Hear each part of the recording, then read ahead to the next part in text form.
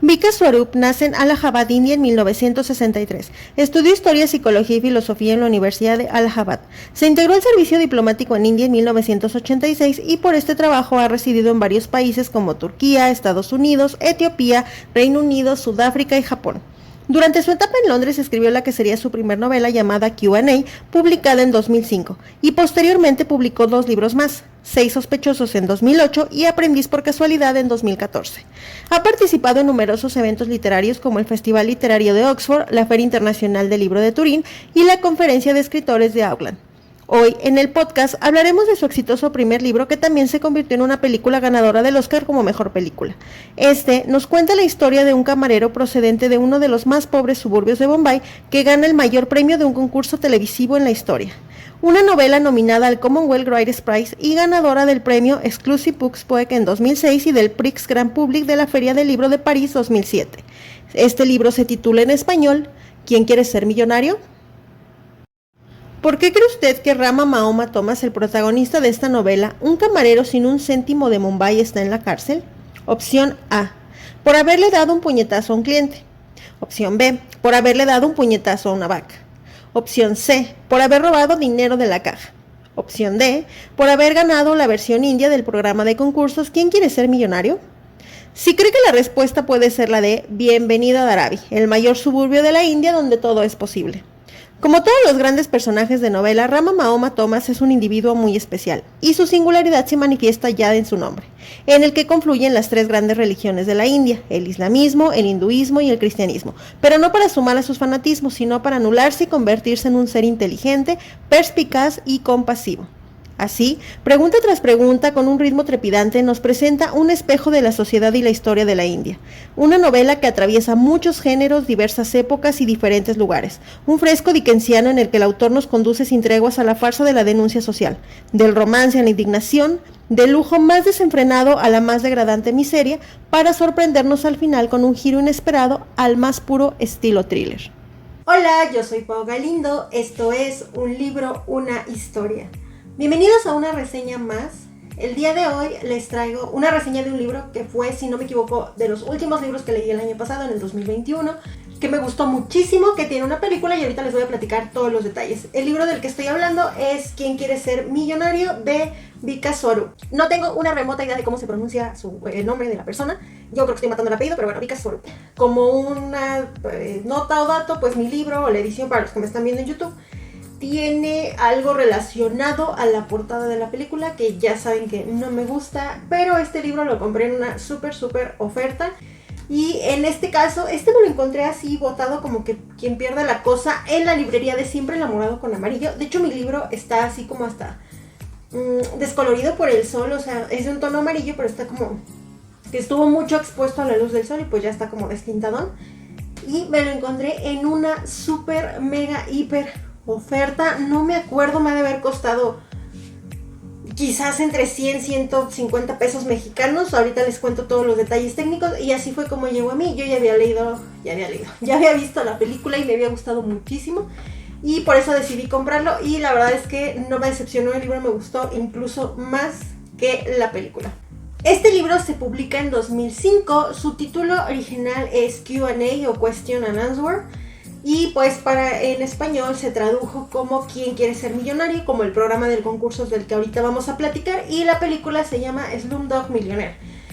Referencia a Slumdog, que serían como se les dice en India a los niños que viven en la calle, a los que se la pasan, pues sí, como si fueran los niños huérfanos que andan pidiendo ayuda, que andan pidiendo dinero, y millonaire porque pues se vuelve millonario. Entonces sería como niño de barrio millonario.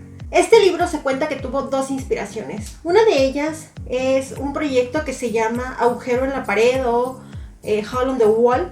Es un proyecto que hizo Sugata Mitra, un profesor muy conocido.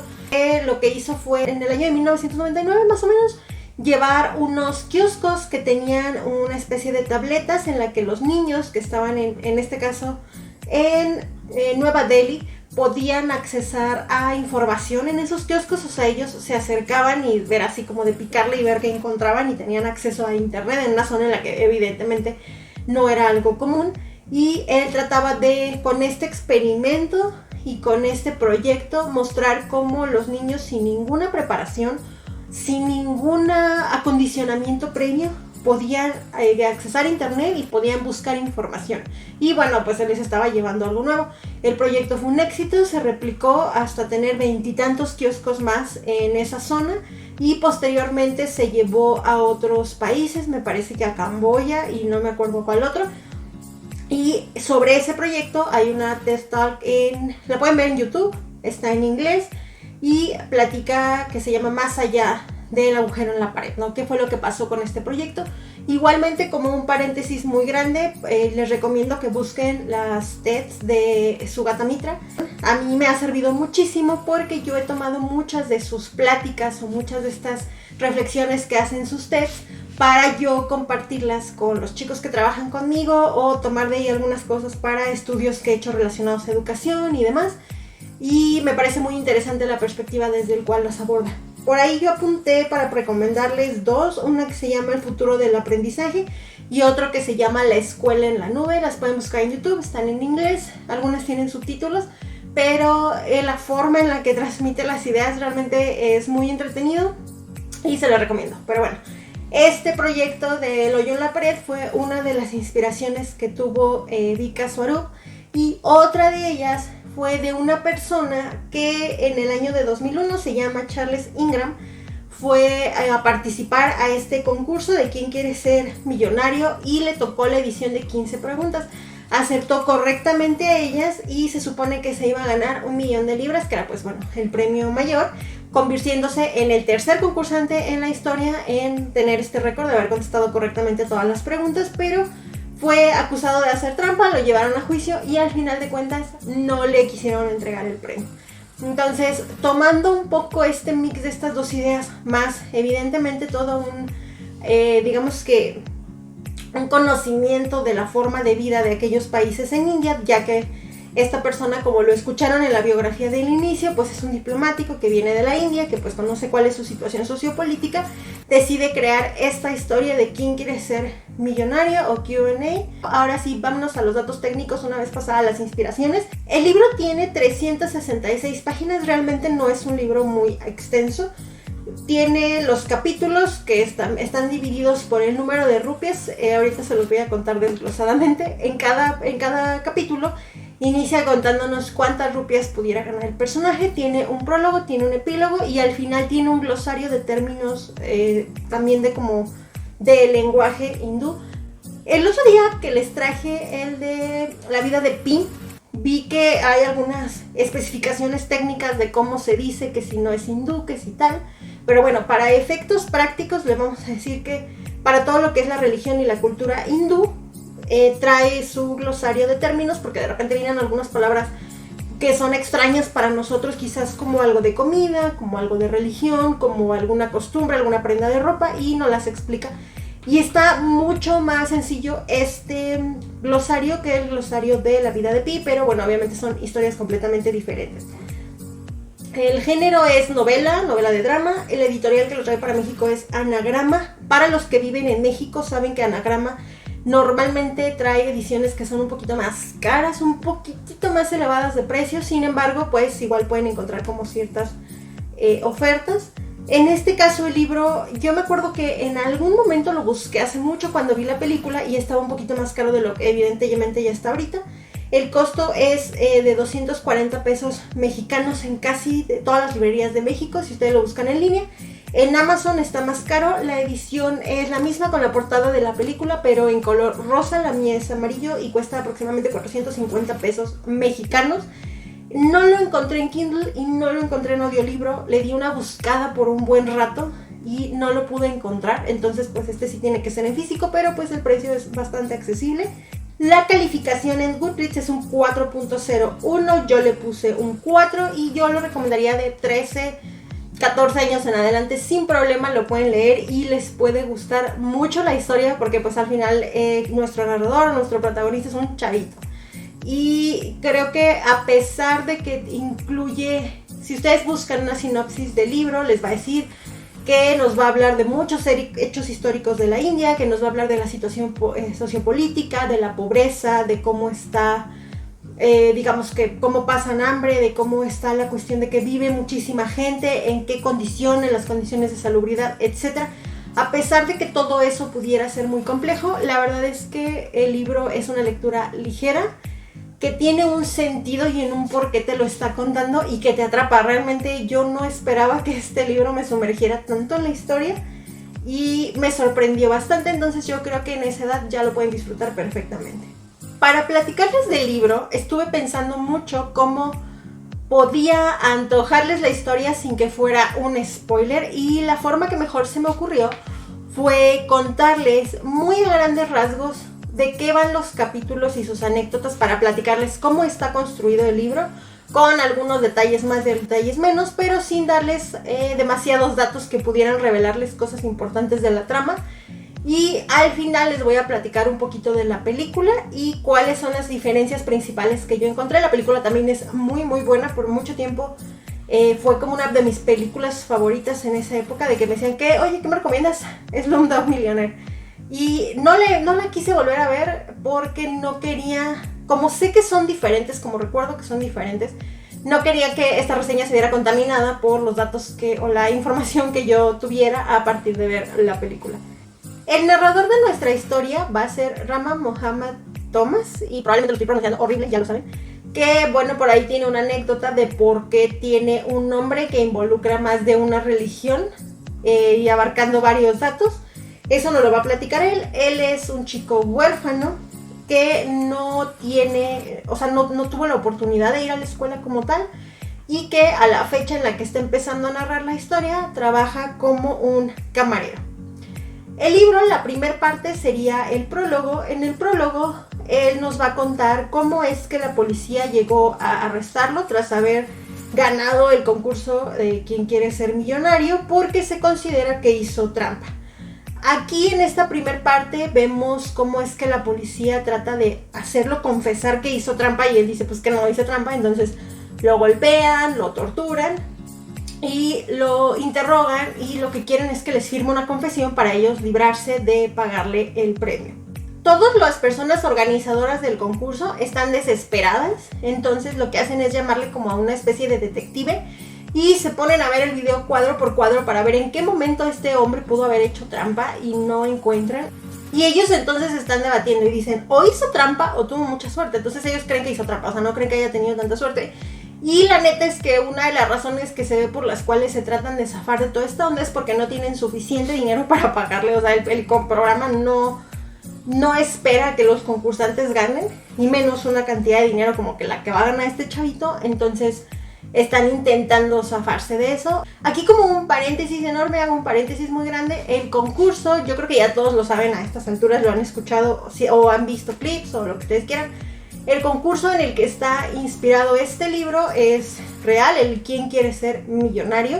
Este concurso surgió allá de 1998 en el Reino Unido, y es un formato de concurso de preguntas y respuestas, en la que se ofrece una cantidad de dinero que se va como multiplicando conforme los participantes vayan ganando premios. Normalmente el mayor premio es 1 millón de la moneda que esté en curso en el lugar en el que estén ganando. Normalmente, como empecé en Reino Unido, era 1 millón de libras esterlinas, y encontré por ahí que había formatos de 12 preguntas, 15 preguntas y así. Entonces, en este caso se supone que el formato es de 12 preguntas, y bueno, ahorita se las voy a platicar. Cerrando el paréntesis, regresamos a la historia del libro. Entonces le llaman a esta como detective, no encuentro nada, y entonces hay una abogada que ve el caso en las noticias y por ahí se entera que lo tienen detenido. Entonces ella llega a ayudarlo y logra llevárselo a su casa, porque ella cree en su inocencia y cree que realmente él sí ganó el concurso. De hecho, luego por ahí más adelante en el libro vamos a ver quién es esta abogada, pero bueno, de momento nada más sabemos que es como que quien llega al rescate, y le dice así de, a ver, ¿hiciste trampa? Y no, la neta no. Entonces él le dice que, y ella le dice, bueno, o sea, la neta sí es más como muy sorprendente que hayas atinado a todas las respuestas, ¿cómo le hiciste? Y él le dice que para que ella pueda entender cómo es que él conocía a cada una, necesitaría conocer su historia de vida. Y ella le dice, pues órale, cuéntame. Entonces le ponen DVD y empiezan a ver la grabación del concurso, y así arrancan los capítulos. Y dice, vale, va, cuéntame cómo es tu vida y cómo te la sabes. y pone la grabación y empiezan las historias de él para todos los capítulos subsecuentes y que nos cuente cuál anécdota de vida lo llevó a conocer cada una de las respuestas. Ese formato a mí me parece maravilloso cómo está escrito, porque a partir de este momento de un prólogo que ya nos enganchó, a partir de este momento nosotros vamos a ir conociendo a este niño, a Rama, desde que era muy muy chiquito hasta que llegó al concurso, todas las anécdotas que ha pasado.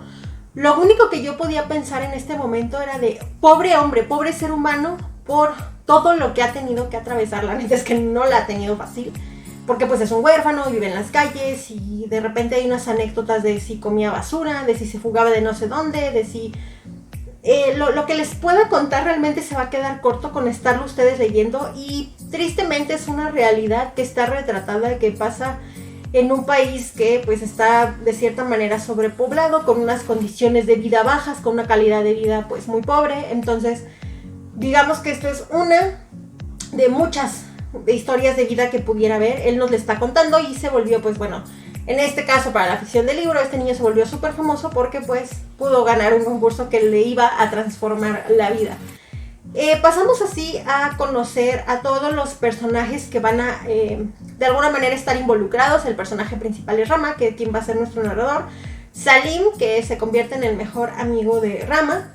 Prem Kumar, que es el ¿cómo se llama? El presentador del concurso, el que va a estar durante todos los capítulos haciéndole las preguntas. Nita, que vamos a ver por ahí que es el amor de este chico. Smita va a ser la abogada, y que aparecen durante todo el libro un montón de personajes que tienen participaciones esporádicas, que si realmente le ponemos atención a la lectura vamos a ver cómo es que ellos llevan a este chico a conocer las respuestas, y cómo de alguna manera hay unas cosas por ahí importantes que van a salir hacia el final del libro. Esa parte no se las puedo contar porque se los spoilería, pero el final va mucho más allá de solo resolver si este niño hizo trampa o no en un concurso. Ahora sí, para platicarles el contenido del libro, la forma en la que se me hizo más fácil fue platicarles cada capítulo, qué es lo que nos está contando, sin decirles el spoiler o sin decirles el detalle importante. El primer capítulo tiene un valor de 1000 rupias, que es el primer premio que se pudiera ganar este chico. Toda la historia de cómo es que él llega al concurso la tienen que descubrir en el libro. Y bueno, lo único que vemos es que ya está ahí sentado. Entonces, en este sentido, todos estos pequeños detalles realmente no son tan relevantes como las anécdotas que hay de fondo. Esta de 1000 rupias, el capítulo se llama La muerte de un héroe. La pregunta que le hacen al final es sobre cine. Eso sí, les tengo que contar cómo está estructurado porque fue algo que a mí me atrapó. Viene la cantidad que va a ganar, viene como el título del capítulo, que sería el que le daría título a la anécdota. Empieza la historia de vida y hasta el final vemos cómo es que está este chico sentado en el concurso. Si ustedes se lo tuvieran que imaginar como una película, sería así. Empieza la anécdota, empezaría digamos que flashback de cómo él estaba, hasta traernos al presente, al momento que le están haciendo la pregunta y cómo resuelve. Corte A, si le atina o no, siguiente pregunta de cantidad de rupias. Y así nos vamos por todo el libro.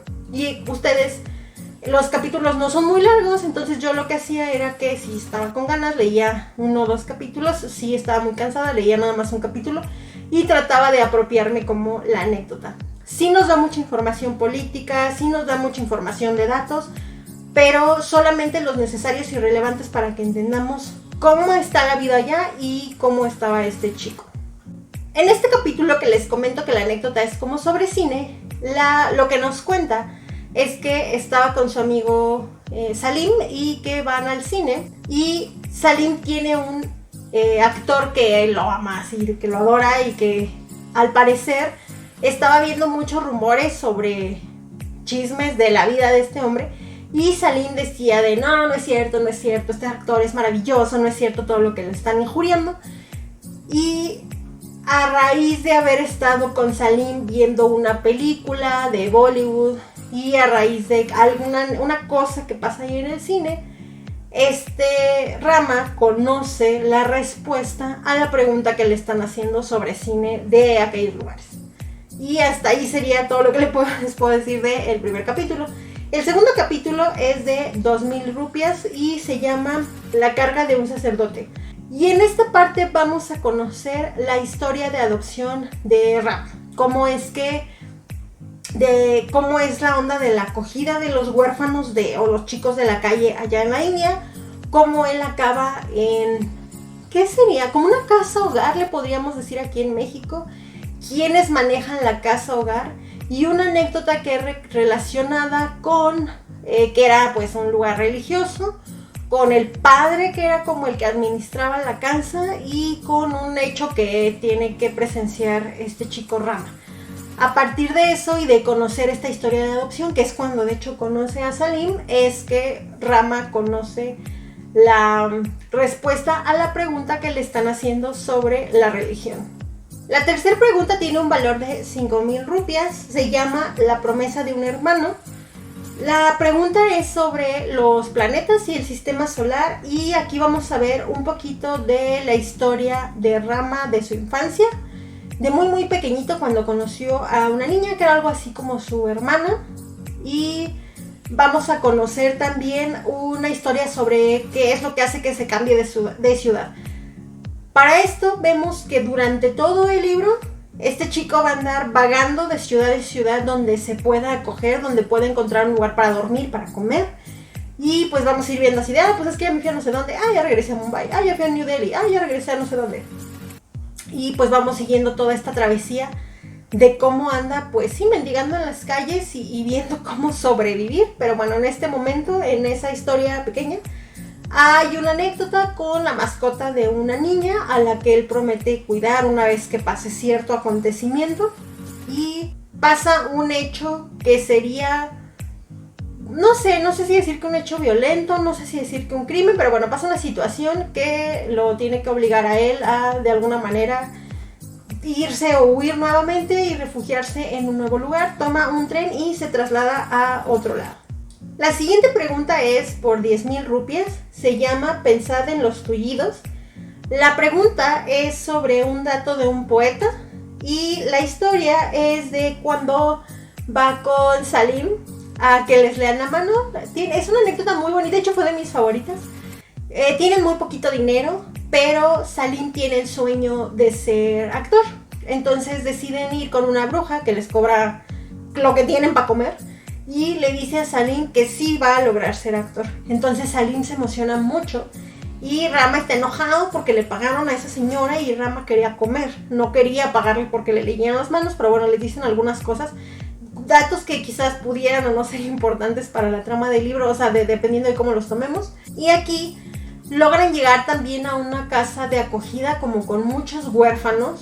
Y digamos que nos damos cuenta cómo es que entrenan a todos estos chicos para que pidan limosna en las calles de India. Y en ahí la persona que administra la casa hogar los empieza como a castear para ver qué habilidades tienen y dependiendo de sus habilidades ver cuánto dinero pueden sacar y les hacen una prueba de canto. Entonces si cantan muy bonito tuviesen más oportunidad de ganar más dinero, pero las personas que son dueñas de esta onda lo que hacen es que hacen algo con ellos a nivel físico para, digamos, que herirlos, se puede decir, y que mandarlos a la calle y que le den y que le den lástima a la gente y así la gente les dé dinero por cantar. Entonces los empiezan a segregar en grupos. Para esto Salim le echa muchísimas ganas a la onda de la cantada y él quiere que lo escojan como uno de los niños huérfanos top. Pero Rama le dice así de, oye no, ya me di cuenta cómo está este show, la neta es que nos van a hacer algo, como que le cree, no le cree, y bueno, al final del capítulo se hace ahí como una situación en la que estos chicos descubren lo que está pasando en esa casa hogar y van a tratar de huir, y pues dentro de toda esta anécdota pasa algo que es lo que hace que Rama conozca la respuesta de la pregunta que le están haciendo sobre un poeta. La siguiente pregunta es por 50,000 rupias. El capítulo se llama ¿Cómo hablar australiano? La pregunta que le hacen a Rama es sobre diplomacia sobre diplomacia, pero tiene que ver con Australia un poco. Y la historia es, él nos va a contar cuando llega a vivir con la familia Taylor, que es una familia de mucho dinero, en la que el papá era como un diplomático. Hay una situación con una mamá y 2 hijos. Él nos cuenta también una anécdota cuando se la pasaba, que no le pagaban realmente como dinero como tal, porque le decían, no, tú estás muy chiquitito, lo vas a gastar. Entonces le daban como una ayuda significativa, le daban techo, le daban comida.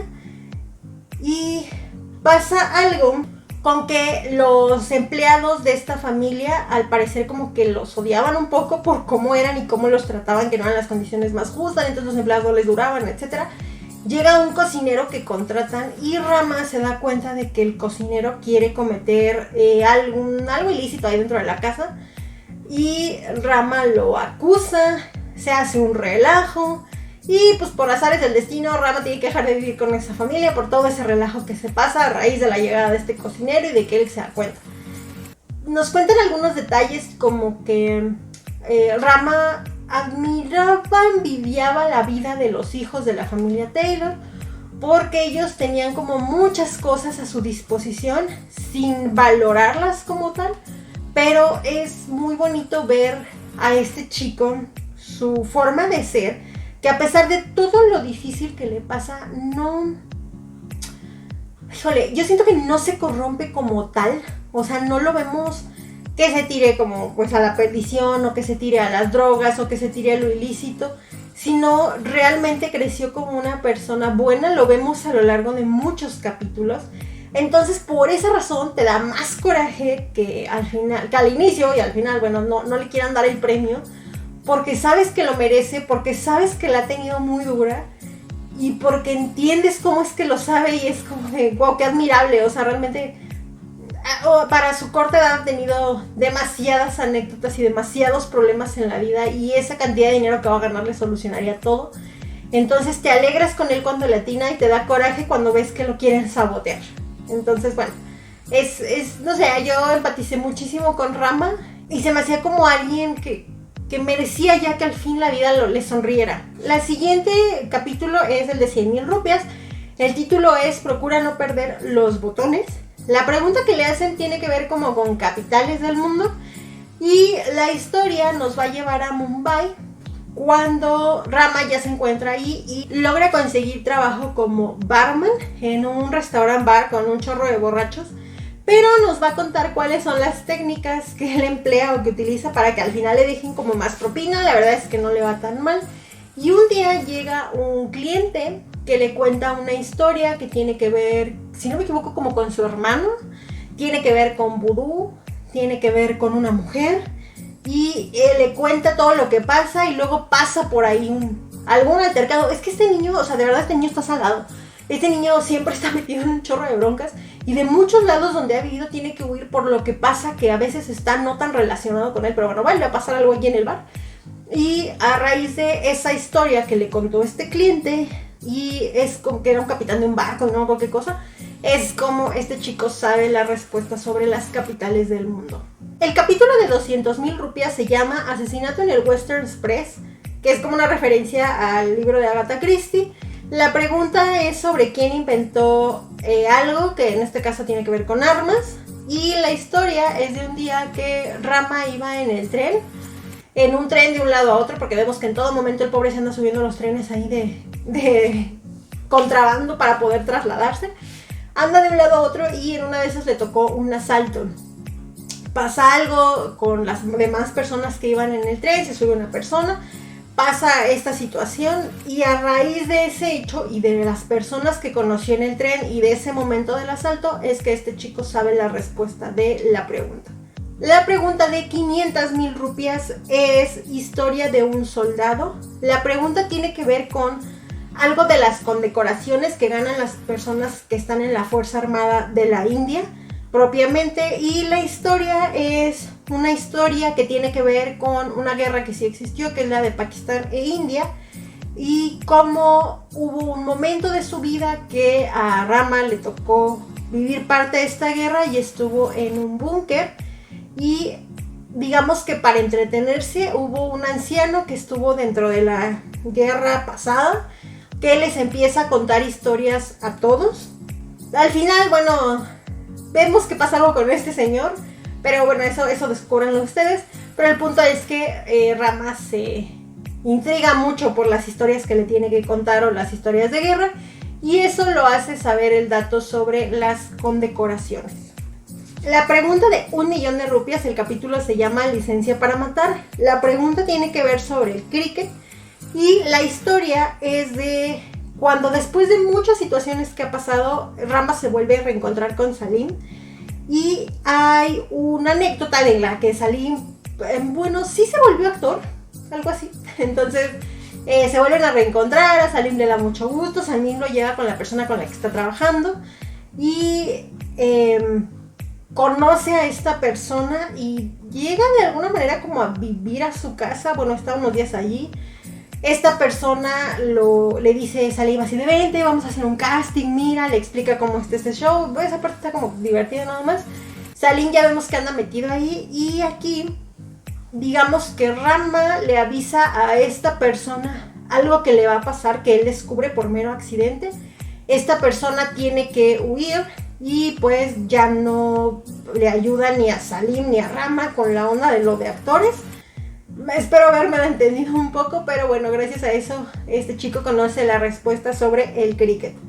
La siguiente, que sería sobre 10.000.000 de rupias. Bueno, aquí tal cual les estoy leyendo cómo viene la traducción de la moneda. Al final el premio mayor, esto es un paréntesis, es como 1.000.000.000 de rupias, que bueno, la moneda obviamente está muy devaluada, pero ya convertida sería más o menos el equivalente al millón de, a lo mejor, de libras, como en el Reino Unido, etc. Pero bueno, vamos en el 10.000.000 de rupias.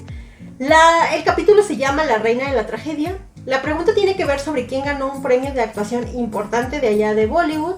Y la historia tiene que ver con un tiempo que, después de todo este desmadre que pasa, y él vagando como siempre por la vida, llega a pedir trabajo a una casa de alguien, lo adoptan y se vuelve el empleado de alguien que es una actriz. Entonces, bueno, nos cuenta toda la travesía de haber trabajado para una actriz, y gracias al tiempo que pasó con ella, conoce la respuesta a esta pregunta. El de 100.000.000 de rupias tiene, el título del capítulo es XGKRZOPKNU, o una historia de amor, si ustedes lo quieren abreviar. La pregunta es sobre Shakespeare, y la historia tiene que ver con la construcción de Taj Mahal, también de un tiempo cuando él llega a vivir a Agra, y se da cuenta que afuera del Taj Mahal hay muchos chicos que les dan paseos a las personas, y las personas les pagan porque pues los ven que son locales y ellos quieren un guía local. Entonces, bueno, él nos cuenta cómo es que logra llegar a eso. A mí probablemente sea mi capítulo favorito del libro, y el segundo lugar sería la anécdota que ya les conté al inicio. Pero bueno, yo creo que estos dos serían mis favoritos. También tiene que ver con que obviamente él empieza a ganar un poquito más de dinero, puede hacerse de un poquito más de ahorros. En este capítulo vemos la intervención de Nita, la chica de la que él se enamora, y vemos en qué situación está Nita, cómo está toda la relación que tiene que ver con ella. Y también el nombre del capítulo, el XGK no sé qué, tiene que ver con un chico que conoce en un hostal en el que él llega a vivir, donde hay puros huérfanos. Y este chico no sabe hablar, entonces todas las palabras que él habla así como el bla bla bla. Y como les he dicho desde hace rato, Rama es mega empático, es mega buena persona. Y vemos qué relación establece con este chico, con las personas del hostal, cómo vive. Pasa algo que a mí me da muchísimo coraje, pero bueno, ahí es interesante conocer como la historia de creación del Taj Mahal, que quizás muchos ya la saben. Cómo se vuelve guía, cómo conoce a su amor, y este hecho también que parece de que cuando a alguien le están pasando cosas malas, le vuelve a pasar algo malo y tú dices, no, ¿por qué? O sea, pobre niño, ya que el universo lo deja descansar, pero bueno, le pasa algo malo. Y eso lo hace seguir pues adelante, seguir moviéndose del lugar y teniendo más trabajos. Este niño ha tenido más trabajos en sus 18 años de vida que yo en mis 30, ¿saben? O sea, de que ha hecho 1000 cosas por sobrevivir. Y pues ya tú quieres que le pase al final algo bueno.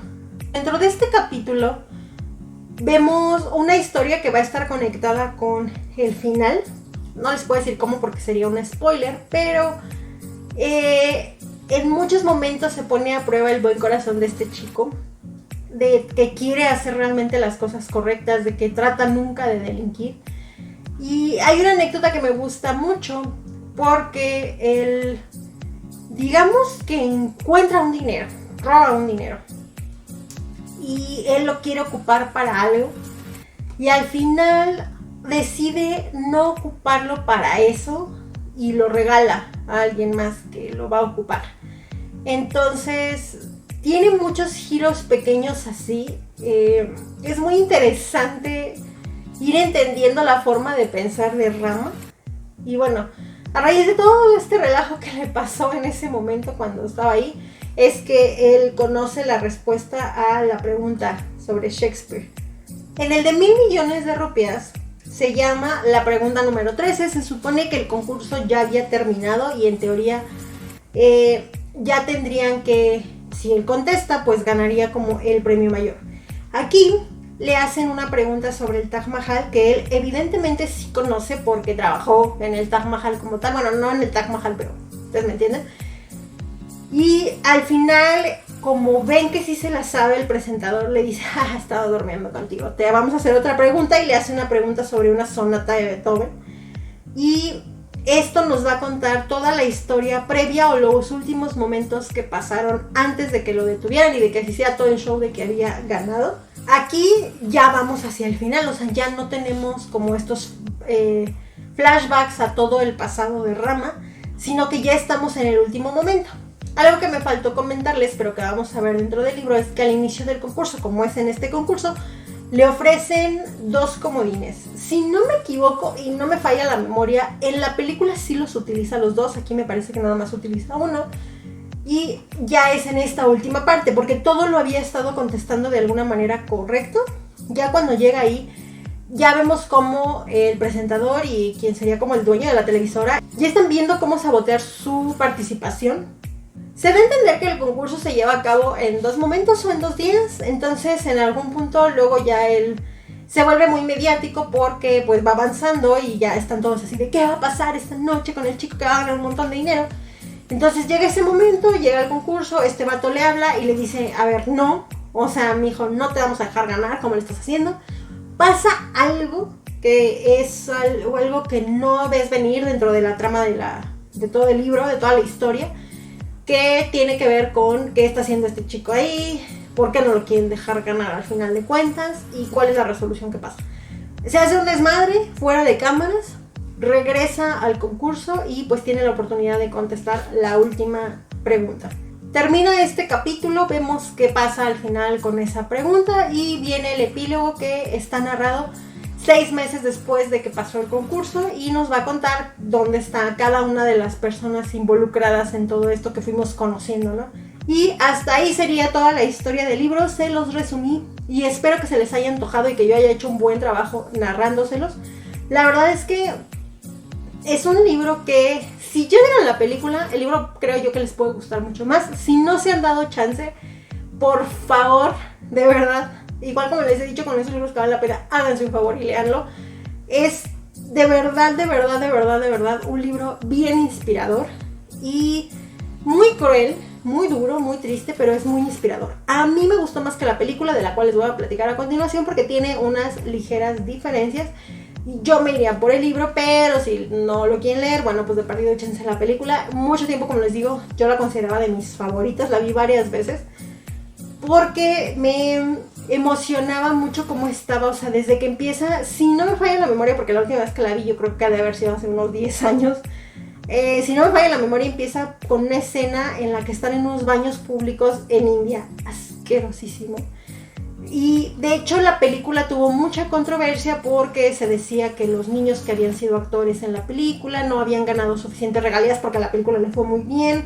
Al final de cuentas, las locaciones donde se narró, los niños, las personas que participaron, etcétera, no, digamos que no vieron el impacto de la película, no les fue bien monetariamente, siguieron viviendo en la pobreza.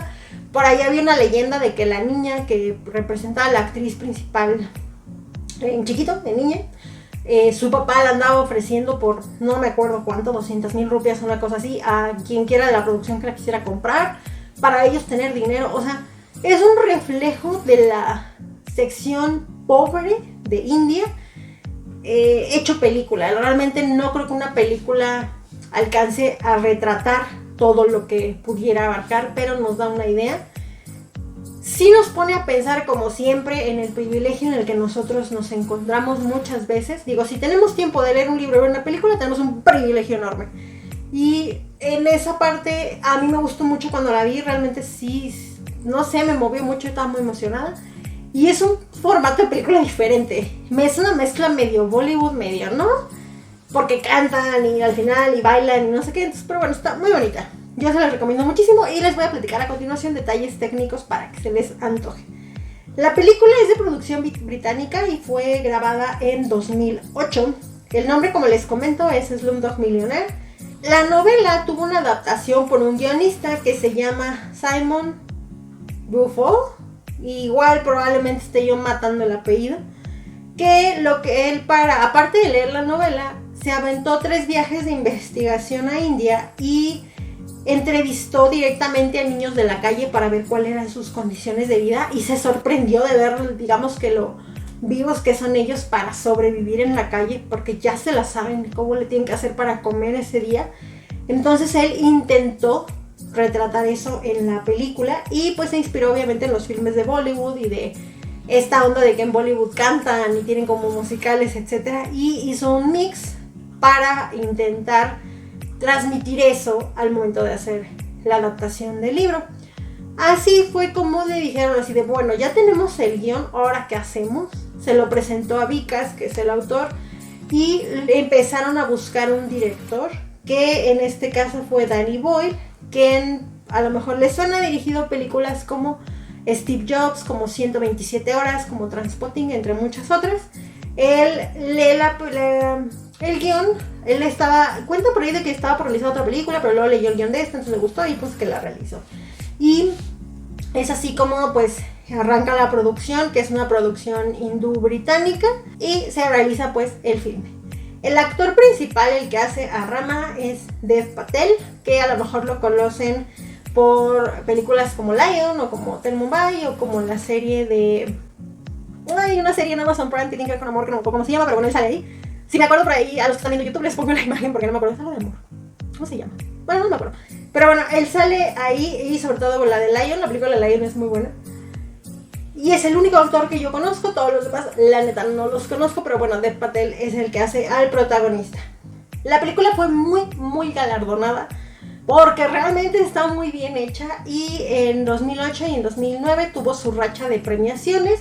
Ganó 8 premios Oscar a Mejor Película, Mejor Director, Mejor Guión, Mejor Banda Sonora, Mejor Canción Original, Mejor Fotografía, Mejor Montaje y Mejor Sonido. Ganó 7 premios BAFTA a Mejor Película, Mejor Director, Mejor Guión Adaptado, Banda Sonora, Fotografía, Montaje y Sonido. Y en 2009 todavía ganó 4 premios de oro como Mejor Película, Mejor Director, Guión y Banda Sonora. Y también ganó 4 premios de Best como Mejor Película, Mejor Historia, Mejor Actor y Mejor Fotografía. Que nos dice eso, que la película está muy bien hecha. Ya, de repente Hollywood así como que... yo creo que para los que ven los Óscares o a los que les gustan como este tipo de premiaciones, ahorita les cuento una pequeña anécdota de eso, saben que normalmente las historias que van a ganar suelen ser esas historias pues que conmuevan y que traigan algo muy profundo, que tengan que ver con situaciones de supervivencia y si son hechos históricos, o sea, todo eso es lo que hace ganar. Esta no es una historia basada en un hecho real de alguien como tal, pero sí es una historia que retrata muy bien las condiciones, como les comento, de India y muchas situaciones, digamos que de la estructura sociopolítica de ese país, se reflejan de su sociedad, de su gente, de su estilo de vida, etc. La reflejan muy bien.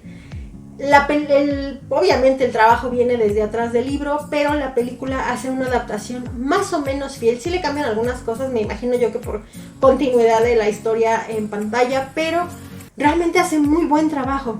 Y toda esa mezcla donde al final cantan y tienen un musical y no es que no se siente tan sin sentido, o sea, tiene hasta una razón de por qué.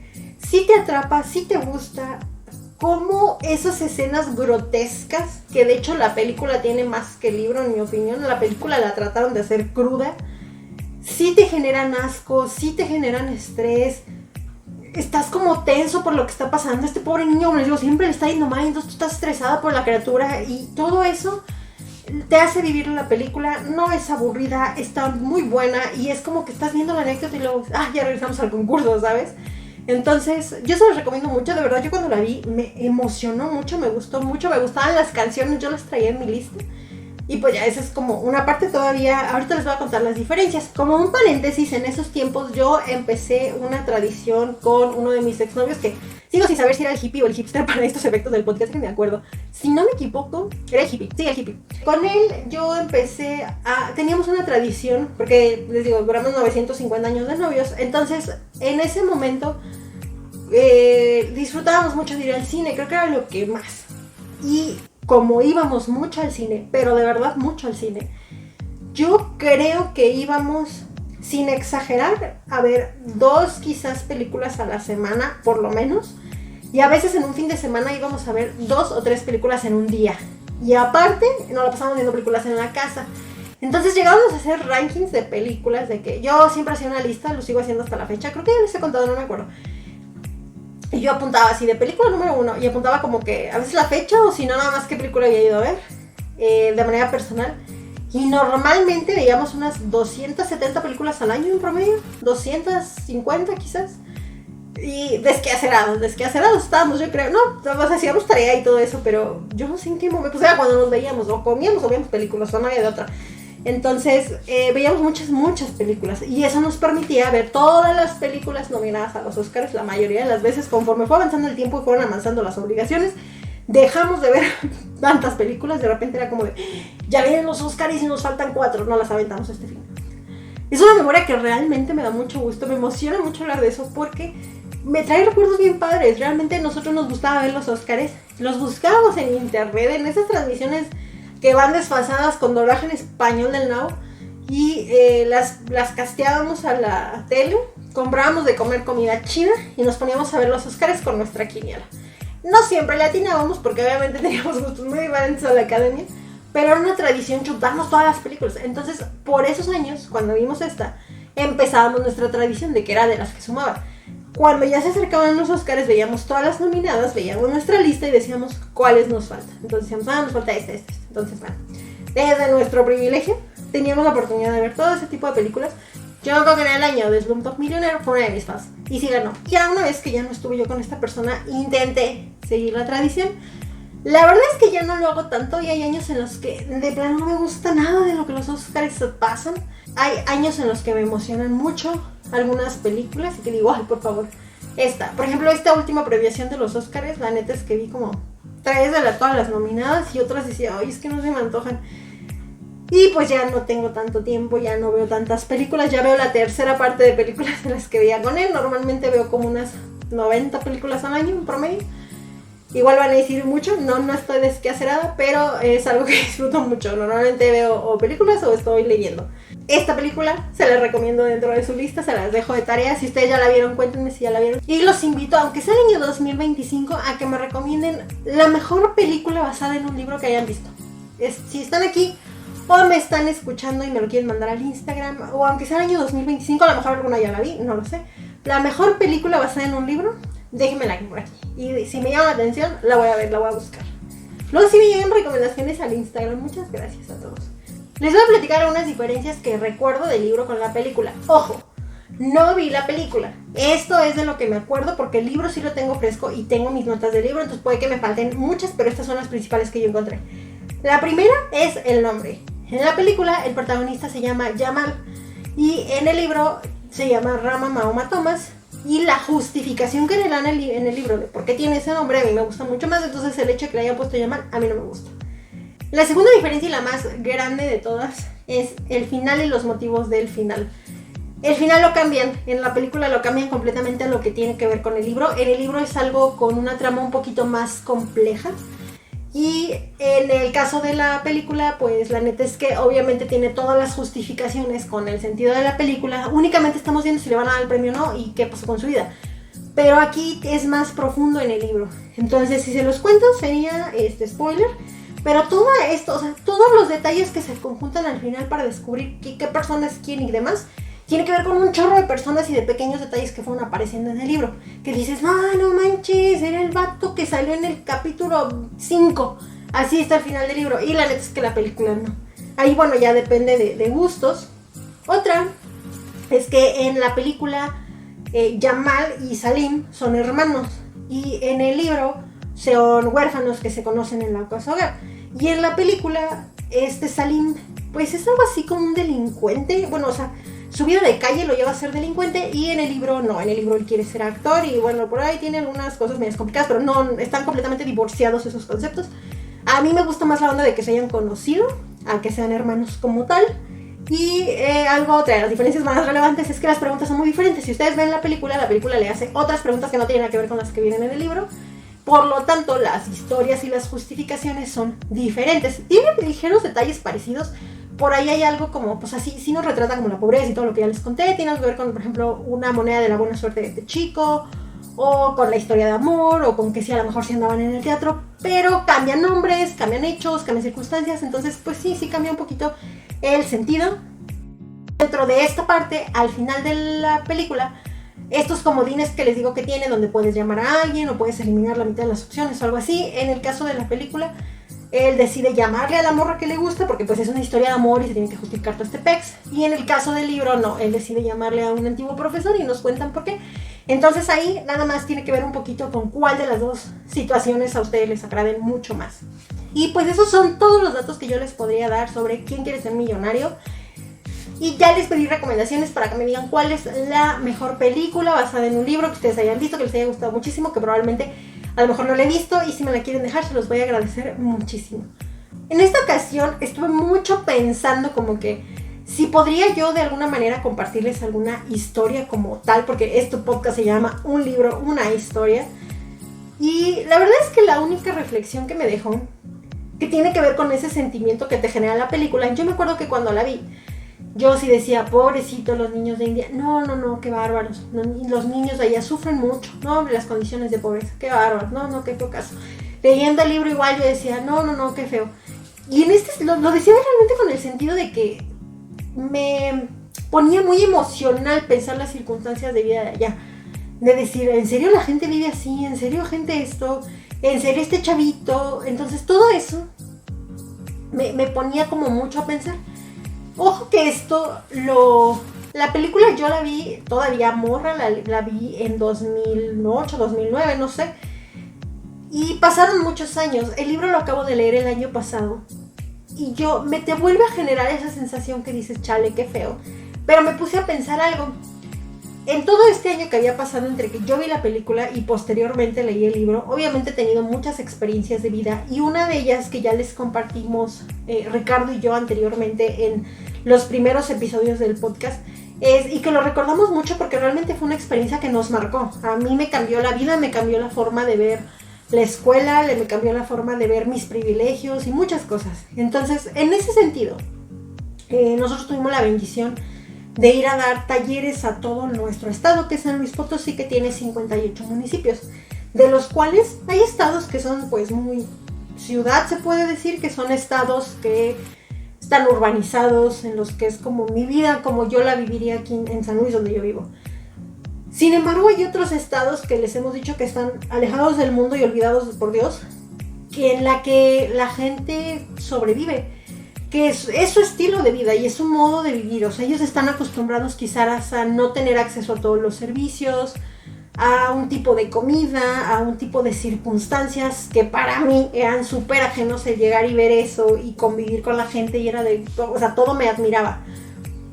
Ahí haciendo como una remembranza al momento de pensar en qué les podía transmitir, era esa parte que a veces nosotros volteamos y vemos para otro lado y decimos, pobrecitos de los que están viviendo allá. Y a veces no nos tenemos que ir tan lejos. Aquí mismo donde nosotros vivimos, en nuestra misma ciudad, en nuestro mismo estado, en nuestro mismo país, están pasando circunstancias muy fuertes, muy dolorosas, muy de cuidado, pero a nosotros nos llama a veces más la atención andar viendo conflictos que andan pasando en otros lados, que no quiere decir que no sean importantes, pero que aquí también hay problemas que se necesitan atender, no tenemos que andar necesariamente viendo por allá primero.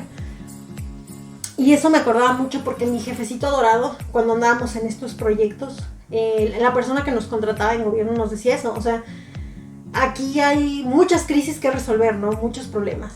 Me acuerdo, y de lo que les puedo comentar, que a lo mejor, no sé si ya lo hemos contado en alguna anécdota, yo me acuerdo cuando nosotros les dábamos clase a los niños en ciertas comunidades, a nosotros nos mandaban, como les hemos dicho, a dar clases normalmente de temas de ciencias, matemáticas o temas de ciencia o física, etcétera, aplicada a un nivel escolar. El principal, o creo que la principal área fue matemáticas, porque se detectaba que los niños era un área que les costaba mucho trabajo y evidentemente si no traes las bases muy firmes de todo lo que es primaria, cuando llegas a secundaria, prepa, se vuelve una bola de nieve que no puedes resolver. Entonces ellos querían detectar cuál era el grado escolar en el que se atoraban, qué temas les complicaban más, y pues ya les hemos contado cómo está onda, de cómo era darles clase y demás. Y a mí se me quedó muy grabado 2 escenarios. Uno, que cuando los niños estaban muy chiquitos y nosotros les dábamos clase y era de que no quiero aprender, no te pongo atención, ¿qué hacemos? Y yo al final iba un día a convivir con ellos, entonces trataba de interesarme por su vida, por lo que hacían. Me daba mucha tristeza que los mismos niños me decían como, pues, que tenían preocupaciones más grandes a que yo les explicara quizás fracciones ese día. ¿Cuáles eran sus problemas más grandes? Que habían ido, pero que saliendo de la escuela se tenían que ir a trabajar, porque si no trabajaban sus hermanitos no comían, que normalmente no habían llevado algo de la tarea, porque ayer su papá había llegado en estado alcohólico y les había pegado, qué sé yo. Unas circunstancias de vida que un niño de esa edad no tiene que estar cargando esos problemas. Y aquí hago un paréntesis y me remonto a la historia de Rama, y en todo momento yo estaba leyendo y yo decía, bueno, esta criatura, o sea, me daba ganas de yo haber estado ahí y adoptarlo y acogerlo y arroparlo, ¿saben? Que te da coraje, porque el niño no tiene que estar viviendo eso. Hago otro paréntesis muy grande, que me acaba de venir una idea. El viernes, yo normalmente acompaño a mi mamá a hacer sus cosas los viernes, y la había acompañado, teníamos que cruzar varias calles de la casa para llegar a un mercadito que se pone los viernes. Íbamos caminando y de un andador sale un chico, un niño de unos 8 o 9 años, con una cara de angustia, con una cara de estrés, con una abrumación y una preocupación en su semblante, y venía como, no sé, como cuando ves a un adulto estresado porque no ha pagado la renta, tiene no sé qué enfermo, lo cortó la novia, se quedó sin dinero, con todas esas caras que podrías ver a una persona con todos sus pedos, con un niño de 9 años. Yo volteo, yo vi al niño y me frené, o sea, sin querer. Y mi mamá me dice, qué cara, ¿verdad? Y le digo, sí. Y mi mamá me dice, un niño de esa edad no tiene que tener esa cara. Y le digo, no. Y a mí me da, y el niño tenía, o sea, llegó a la final del andador y pues tenía que dar vuelta, ¿no? Entonces yo volteo y ya me dan ganas de como ir y de decir así como de, oye, ¿estás bien? Entonces yo me quedé como parada y mi mamá me dice, ¿qué le preocupará tanto? Y le digo, no sé. Dice mi mamá, no, pobre, pero nos quedamos las dos como paradas y me dice, creo que es el hijo de, inserte el nombre de una persona que es ¿cómo lo describo? Como una persona de las que delinque en la cuadra, que ha tenido situaciones complicadas, ilegales y demás. Me dice mi mamá, creo que es el hijo de fulanito porque se parece. Y yo dije, pues no sé, a lo mejor por ahí. Y yo me quedé parada y yo dije, no. Entonces mi mamá me dice, o sea, como de camínale, ¿no? Me quedé con el remordimiento de conciencia y he tenido a ese niño, lo pensé todo el fin de semana. Digo, hoy es domingo, eso fue el viernes. Todo el fin de semana ha habido momentos en los que me he acordado de ese niño y me sentí mal porque dije, debí de haber ido a preguntar qué tenía. Digo, igual y no lo hubiera podido ayudar, no lo sé. Pero esas preocupaciones de adulto no las tienes que tener cuando eres niño, o sea. Y me da mucho coraje porque cuando eres chiquito, cerrando ese paréntesis de eso que se me vino esa idea, me remonto otra vez a la historia que les estaba contando de los municipios. Yo realmente, y les lo he contado con Ricardo y lo conté con la persona con la que trabajé en ese momento que anduvo conmigo en todos estos viajes. A veces me ganaba la impotencia, a veces yo lloraba, a veces llegaba más deprimida al hotel en la tarde que lo que estaba. Porque yo llegaba, pues nos pagaban un hotel que normalmente tenía alberca y tenía cosas pues para que disfrutáramos nuestra estancia en los municipios, porque vivíamos allá, literalmente vivíamos por semanas allá. Y llegábamos a comer y demás, y a veces no me parecía justo que, o sea, nosotros era, pues sí, como el tour y como ir a conocer y darles clase, y claro que nos fregábamos porque madrugábamos un chorro y era bien cansado y eran muchos talleres y todo, Pero yo iba un rato, yo al final regresaba a mi realidad y ellos se quedaban con eso. Y yo trataba de que decía, bueno, mínimo si voy a venir un día les voy a alegrar el día. Y quiero que se queden con esa idea. Y bueno, y la verdad es que yo sé y me consta que hicimos un gran trabajo. Pero no es suficiente. Entonces, pues esto se ha tratado de replicar y luego cambian los gobiernos y luego el gobierno ya no apoya los programas. Ahorita hubo un recorte impresionante de presupuesto, ya no hay este tipo de apoyos, 1000 cosas, y me puedo quejar de 800 más. Y es muy complicado, pero no necesitamos irnos muy lejos con otros problemas cuando aquí hay muchísimos problemas que solucionar. A mí uno de los más importantes y los más graves, pues para mí siempre ha sido la infancia y la educación. Yo trabajo en eso y quizás por eso lo veo así, pero eso me perturbaba mucho, como ir y ver que los niños tenían problemas más importantes que aprender las tablas de multiplicar. Y yo decía, qué triste, porque es muy probable que si este niño sigue teniendo esos problemas, quizás hasta abandone la escuela, porque no lo va a ver como algo necesario. Él va a necesitar subsistir con dinero, con ayuda para su familia, con cosas que quizás la escuela no le va a aportar como tal. Entonces a veces sienten que desperdician 8 horas de su vida yendo a una clase cuando pueden ganar 200 pesos haciendo algo en esas 8 horas. No sé, es muy triste. Por otro lado, nos llevaban a veces con chicos más grandes en otro tipo de talleres, no eran de matemáticas, ya eran ferias de ciencia. Y en los partes de prepa, cuando íbamos como a los coaches y a los cebetas y a los cebetis y a todas estas cosas, íbamos a darles talleres que tenían que ver con áreas de salud, con áreas de tecnología, no sé, normalmente nos pedían que se los adaptáramos, nutrición, etc. Y ahí, con los chicos de prepa, a mí me sorprendía mucho llegar y ver chicos y chicas que a veces no en todos los municipios no le prestaban tanto interés. Esto sí dependía mucho como de cada escuela y cada municipio, pero había áreas en las que no. Esto obviamente después se reflejaba porque yo regresaba a San Luis y yo tenía que hacer reportes, ¿no? De, no, pues aquí encontramos esto, aquí el apoyo de las escuelas esto, aquí el apoyo del gobierno. O sea, nosotros reportábamos lo que veíamos, hacíamos todo esto de estas giras y bueno, ya el gobierno sacaba sus conclusiones. Pero bueno, en algunos municipios mi punto era que había como 2 escenarios. Por un lado, chicas que ya estaban embarazadas o que no tenían una aspiración de una carrera. Cuando nosotros les preguntamos, porque ya estás en prepa, y les decíamos, a ver, ¿qué quieres estudiar?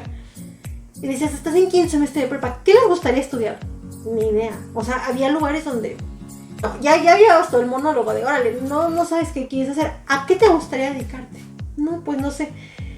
Y muchas de las aspiraciones que tenían era de que ya las iban a casar sus papás y que ellas pues se iban a dedicar a la casa y así, como para que estudiaban.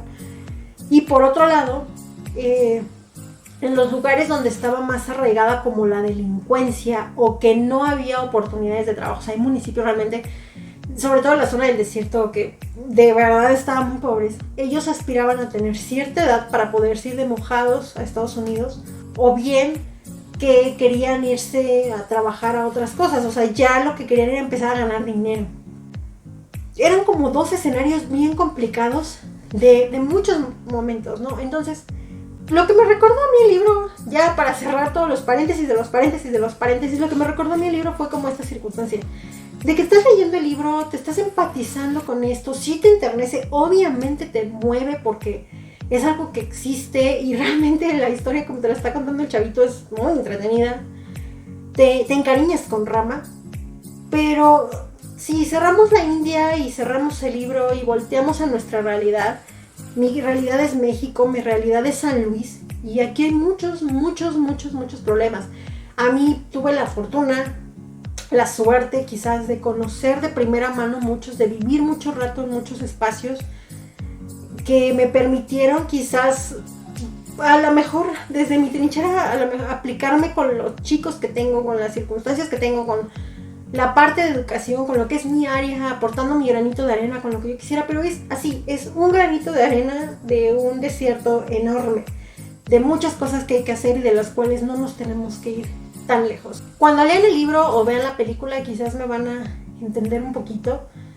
Y yo pienso que todas las personas, todos los que somos adultos responsables ya en este momento, podemos hacer nuestra aportación desde donde podamos, hacia donde podamos, pero siempre se puede hacer algo. A veces en la familia, a veces con los alumnos, a veces tal. Se los he dicho en 1500 podcasts, ya el mundo está muy dañado y muy distribuido como para que nosotros vengamos a aportarle más.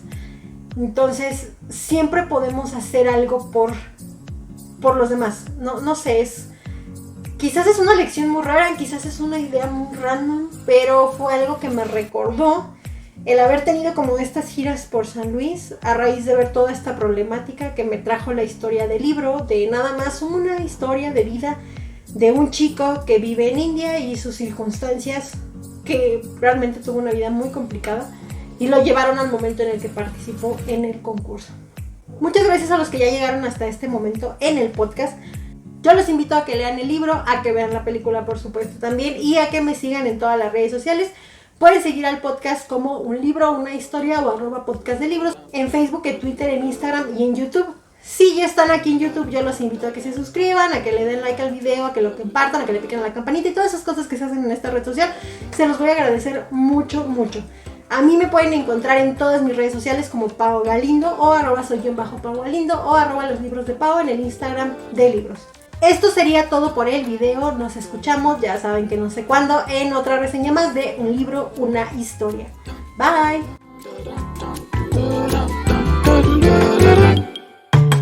Dun, dun, dun, dun, dun, dun, dun, dun, dun, dun, dun, dun.